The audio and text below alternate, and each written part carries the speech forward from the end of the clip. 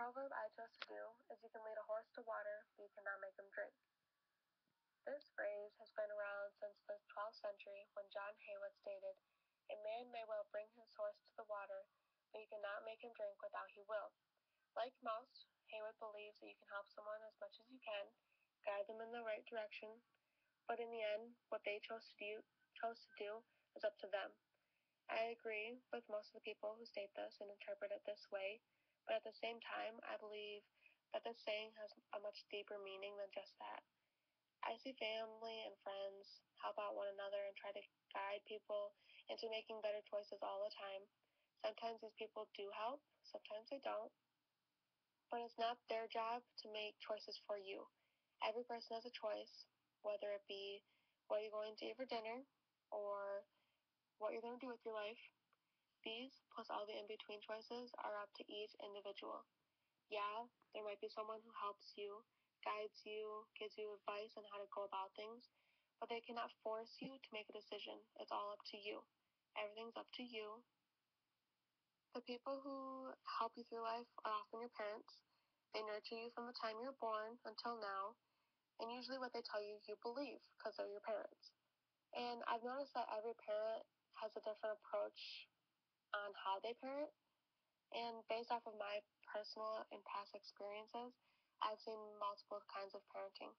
Specifically, there's one of two ways that parents parent.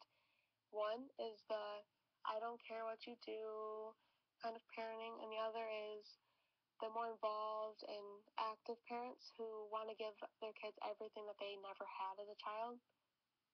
And I've noticed that most of the kids who are spoiled when they're younger end up making poor choices later on in life. And why is that? In the article "I'm Sick of Hearing It's for the Kids, Stop Spoiling Them" by Glenn Craig, it discusses 6 different excuses parents use as to why they do spoil their kids. I understand that parents want to give their child everything in life, but at what expense? Personally, I've seen parents set their kids up for life, and their kids just ignore it. It's sad to see it happen, but it does. And that just proves that people do go out of their way into helping others and try to help them, but in the end, it's not up to them on what happens. It's up to the person making that decision for themselves. Like I said, it is sad to see, but it does happen, and it's a part of life. And I'm not saying don't try to help other people out and guide them, but at the end of the day, it's not you trying to help them, it's what they have to help themselves. They have to choose what path they are going on. And that's what this proverb is all about, is what every individual decides on what to do with themselves.